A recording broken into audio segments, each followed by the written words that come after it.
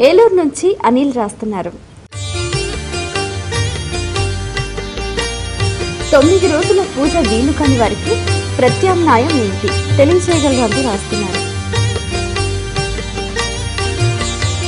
అమ్మవారికి సంబంధించిన నవరాత్రుల విధానాన్ని గురించి వ్యాసుడు దేవీ భాగవతం మొదలైనటువంటి అనేక గ్రంథాల్లో, అదేవిధంగా శాక్తేయ గ్రంథాల్లో అనేక విధానాలు మనకు తెలియపరిచినాడు.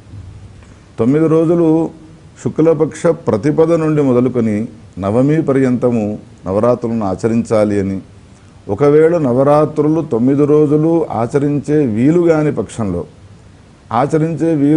పక్షము అనే ఈ ప్రక్రియ ఎందుకోసం వచ్చినది అని అంటే, అమ్మవారిని పూజించాలి అంటే ఈ 9 రోజులు ఉపవాస వ్రతాన్ని స్వీకరించాలి.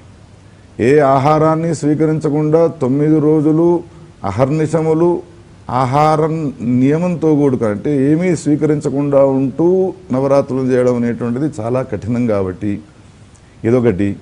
రెండవది, పూజా విధానంలో కూడా విస్తృతమైనటువంటి పూజ అమ్మవారిని చేయాలి అని, చాలా సుందరమైనటువంటి వస్తువులను అమ్మవారికి సమర్పించడము, వెలగలిగినటువంటి వస్తువులను అమ్మవారికి సమర్పించడము ఇదందరికీ సాధ్యం కాదు. కాబట్టి 9 రోజులు సమర్పించేటువంటి యొక్క వస్తువులు సమర్పించలేనటువంటి వాళ్ళను ఉద్దేశించి, అందుకని 9 రోజులు నవరాత్రులు చేయని వాళ్ళ పరిస్థితి ఏమిటి అని ప్రశ్న వేస్తే దానికి 3 రోజుల వ్రత విధానం కూడా మనకు శాస్త్రకారులు స్పష్టంగా చెప్పినారు. త్రిరాత్ర వ్రతాన్ని ఆచరించాలి. మూలాదౌ స్థాపయే దేవీం పూర్వాషాఢాసు పూజనం శ్రవణాంతే విసర్జయేత్ అని. శ్రవణ నక్షత్రం సరిగ్గా మనకు విజయదశమి నాడు వస్తుంది. దానికి పూర్వం మూలా నక్షత్రం నుండి మొదలుకొని మూలా, పూర్వాషాఢ, ఉత్తరాషాఢాసు పూజనం చేసి ఆ తర్వాత శ్రవణ నక్షత్రంలో విసర్జన చేయాలి అని. ఈ విధంగా 9 రోజులు వ్రతాన్ని ఆచరించి ఉపవాసాది వ్రతాలు స్వీకరించి ఉపవాసాది వ్రతాలు చేయలేనటువంటి వాళ్ళని ఉద్దేశించి వ్యాసుడు సడలింపు చేసి 3 రోజులైనా ఈ వ్రతాన్ని ఆచరించండి, ఈ నవరాత్రుల యొక్క వ్రతాన్ని త్రిరాత్రులుగా ఆచరించండి అనేటువంటి ఒక విధానాన్ని తెలియజేస్తూ ఈ త్రిరాత్రుల యొక్క విధానాన్ని కూడా చెప్పినాడు. ఈ త్రిరాత్రులు కూడా ఒకవేళ ఆచరించే వీలుగాని పక్షంలో, ఎందుకంటే ఒకటి మనకు అలవాటై ఉంటుంది ఏమిటి అని అంటే 9 రోజులు చేయలేను అని అన్న తర్వాత వ్యాసుడు అన్నాడు 3 రోజులు చేయండి అయ్యా అని ఒక అవకాశాన్ని ఇచ్చినాడు.